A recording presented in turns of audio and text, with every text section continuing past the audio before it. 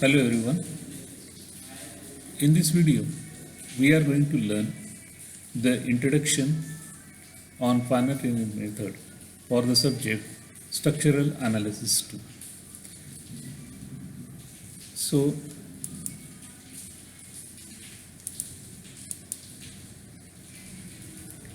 So, introduction. For any structural problem, two types of solutions are available. One is analytical solution and second one is numerical solution. Analytical solution or direct solution for the simple boundary condition, loading conditions and linear problem. So if there is a simple boundary condition, loading is simple and linear problems are there, then for that the direct solution or analytical solution is possible.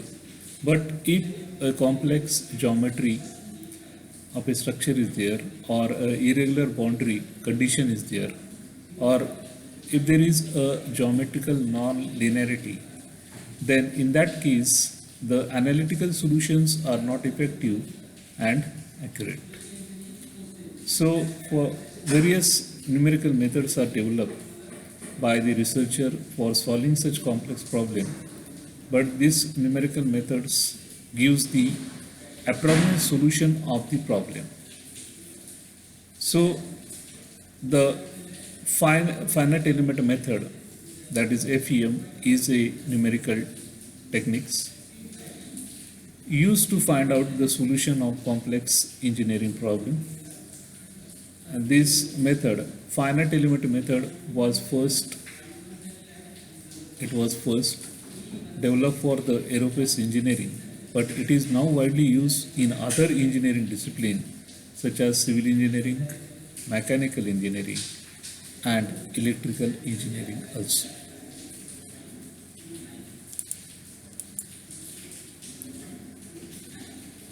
So what is finite element analysis?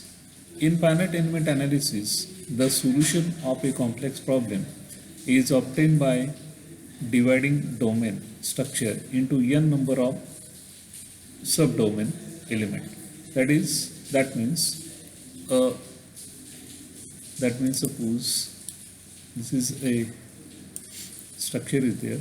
Now this structure is divided into, so it is divided into number of parts. Okay, likewise it is divided. Okay, so here the complex problem is obtained by dividing the structure into n number of subdomain. So here this is called as the element. So this is called as the element. So the study of properties of one element. So the study of properties of one element is called as element formulation. The study of properties of all element, that means whole structure, to obtain the solution of problem is called as system formulation. If you are studying only one element, that is called as element formulation, whereas if you are studying whole structure in global system, then it is called as a system formulation. Okay, it is called as system formulation.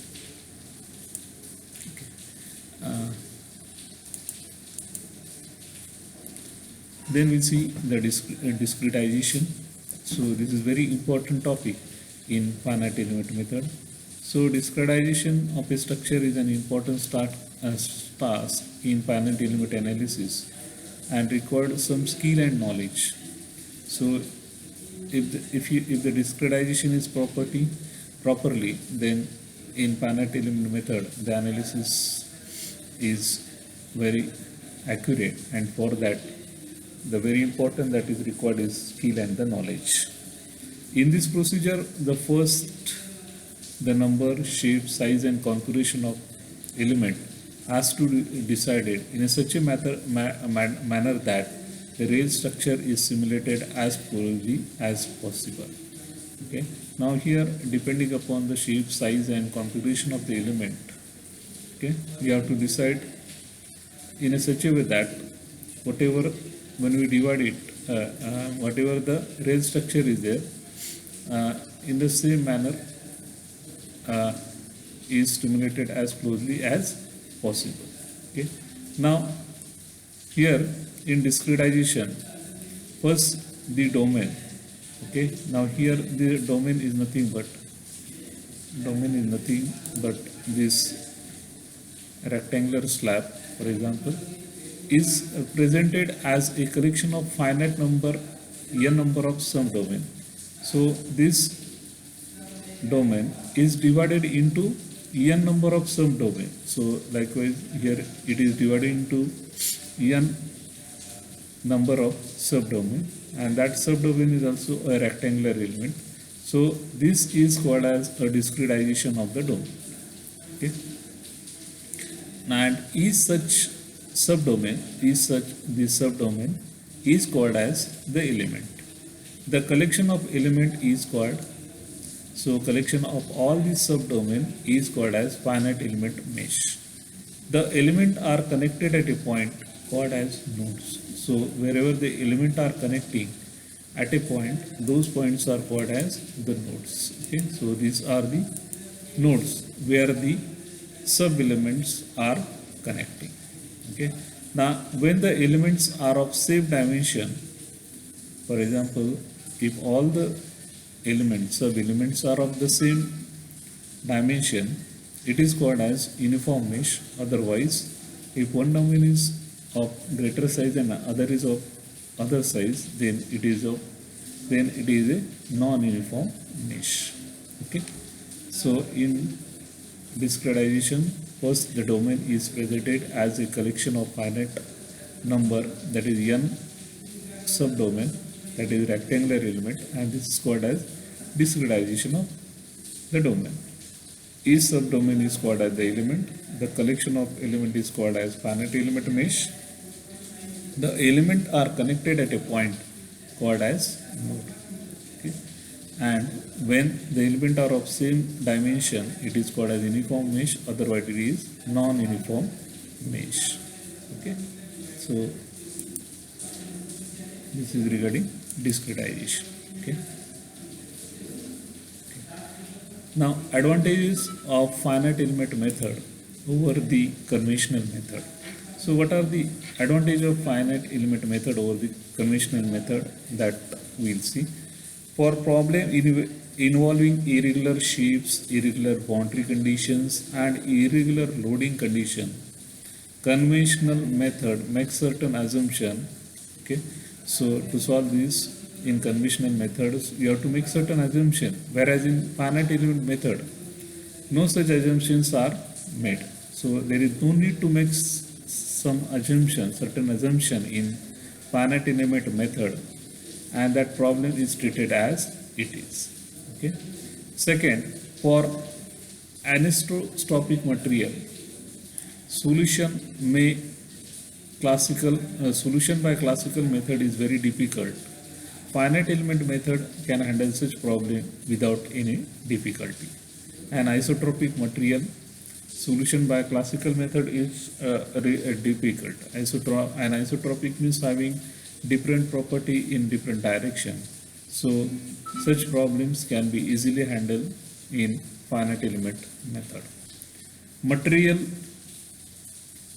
non-linearity and geometrical non-linear problem cannot be handled by classical method. Okay. So there is no difficulty in FEM to handle such problem.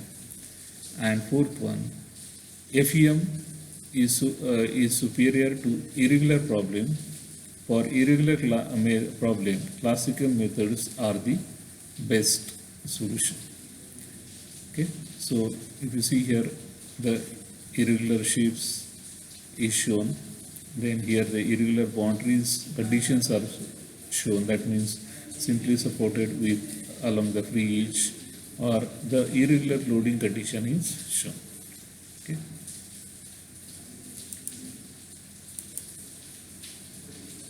So along with certain advantages, there are certain disadvantages of finite element method.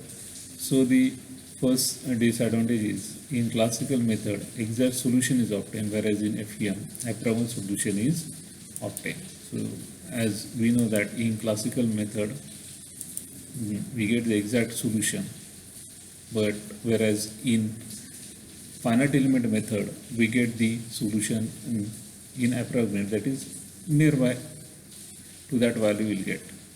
This technique depends upon the skill designer in assuming the element type, number of node and displacement field. So in finite element method, the techniques of the skill designer in selecting the element type, number of node and displacement field is very important for the accurate analysis of that particular structure. Still adequate for several problems. Still adequate for several problems. So FEM cannot be used for several problems such as cracking behavior, bond failure, problem of composite material. In that case, it is still adequate for by finite element method. Finite element method requires large amount of computer memory and computational time to obtain the result. Okay, so as it requires computer programming, so large amount of computer memory, and to run that program the computational time to obtain the result. So these are the several disadvantages of the finite element method. Okay, so this was regarding the introduction of finite element method. Thank you very much.